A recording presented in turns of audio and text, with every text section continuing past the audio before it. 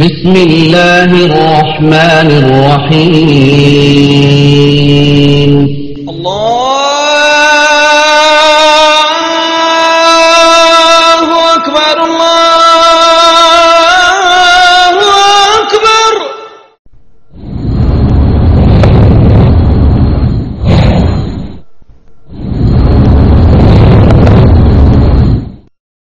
بسم اللہ الرحمن الرحیم. Kolkata Al-Huda Educational and Welfare Society is basically an educational and welfare society which is running smoothly to achieve its goals. Kolkata and its surroundings are densely populated with Muslims mostly suffering from poverty and illiteracy beyond imagination. To uplift these Muslims socially as well as religiously, some humble persons of Kolkata established Kolkata Al-Huda Educational and Welfare Society. The society is a registered organization and some of its aims and objects are to remove negligences towards religious education and enlightening its general and religious significance, and to establish an institute based on judicious combination of general and religious education. By the grace of Almighty Allah, the society has already established Mahad Al-Huda Al-Islami, where besides Hifz means memorizing and Tajweed means pronunciation, Arabic up to 4 standard and normal classes up to 7 are running in full swing. More than 150 children are benefited from the aforesaid institute, in which 50 boys are provided with fooding and lodging, and 10 experienced teachers are at the service of the institute, preaching and publishing the teaching of glorious Quran and authentic Hadith sayings of Prophet, peace be upon him, are some of the noble works done by the institute. To provide scholarship to poor and meritorious students so that they may continue and complete their studies. To minimize unemployment among educated unemployed youths and to improve their economic conditions by providing technical know-how. Establishment of a computer institute is also a need of the time. Besides helping the poor and victims of natural calamities, participating in all welfare works and activities is a basic objective of the society. The society is also publishing a quarterly magazine in the name of Al-Hadi. Aims and objects of the society are general welfare and service to human beings. To participate in these welfare programs is of great religious importance and value. It is therefore earnestly requested to enroll yourself as a member of the society and provide your valuable advices and subscriptions for the fulfillment of the objects of the organization.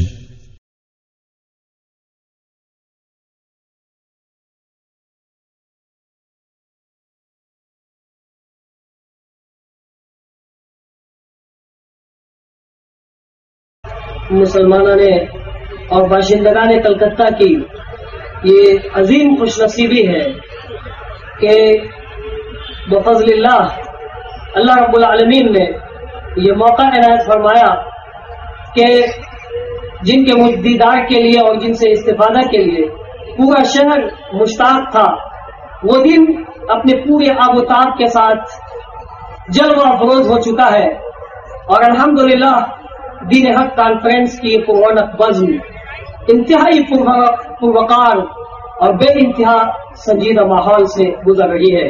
اللہ تعالیٰ اس کو برقرار رکھے. محترم جناب doctor Zakir Naik و دیگر تشریف فرما علماء کرام سامعین کرام، محترم بزرگوں، دوستوں اور خواتین، میری ماؤں اور بہنوں، اس پرمسرت موقع پر اور ہمارے اولاد کی یہ سعادت مندی ہوگی کہ ہم اپنی جانب سے اور Al-Huda education and welfare society کی جانب سے، Kolkata fruit merchants association society کی جانب سے اور تمام مسلمانوں نے کلکتہ کی جانب سے ایک سپاس نامہ ڈاکٹر ذاکر عبد الکریم نائک صاحب کی خدمت میں پیش کر رہے ہیں۔ سپاس نامہ بخدمت ڈاکٹر ذاکر عبد الکریم نائک صاحب، صدر اسلامک ریسرچ فاؤنڈیشن ممبئی۔ الحمدللہ رب العالمین والصلاة والسلام علی اشرف الانبیاء والمرسلین محمد وعلی آلہ وصحبہ اجمعین، وبعد۔ دعوت اللہ کا فریضہ ایک منصبی فریضہ ہے جو ہر شریعت میں اس کے ماننے والوں پر واجب اور ضروری تھا۔ اسلام کے نزول کے بعد اللہ تعالیٰ کا آخری پیغام بنام انسان پیارے نبی صلی اللہ علیہ وسلم کے ذریعے نازل کر دیا گیا، اور آپ صلی اللہ علیہ وسلم نے دنیا کو یہ پیغام مکمل طور پر پہنچا دیا۔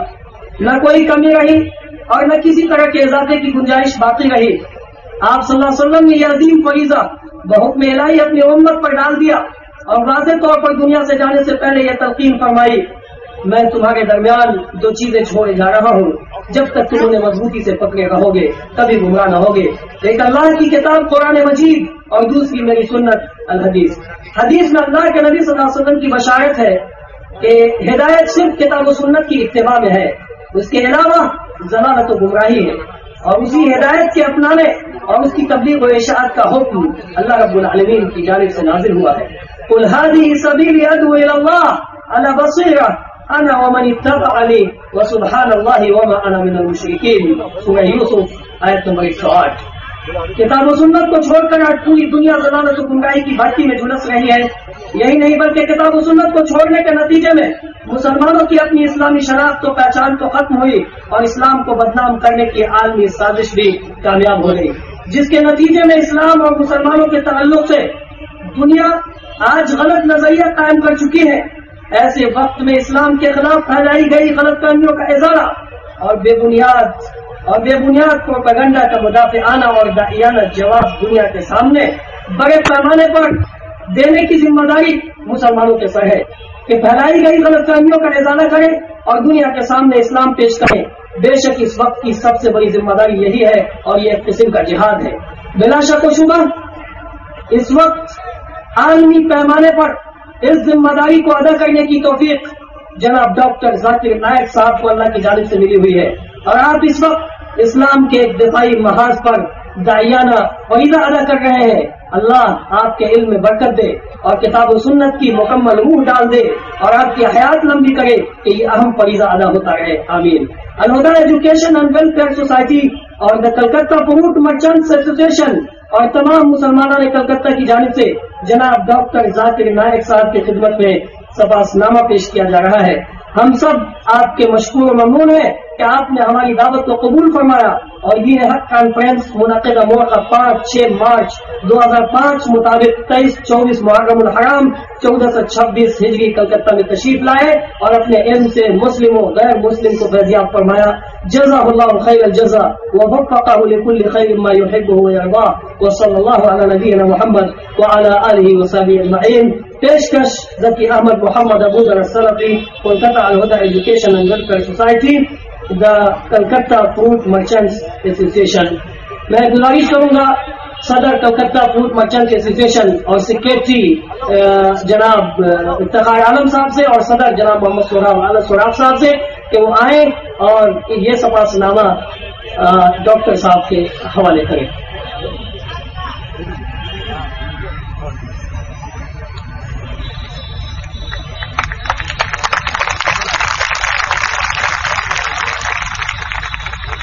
میں ایک بار معذرت کے ساتھ آپ حضرات سے اطلاع عرض کر دینا مناسب سمجھتا ہوں کہ تالیوں سے گریز کیجیے گا۔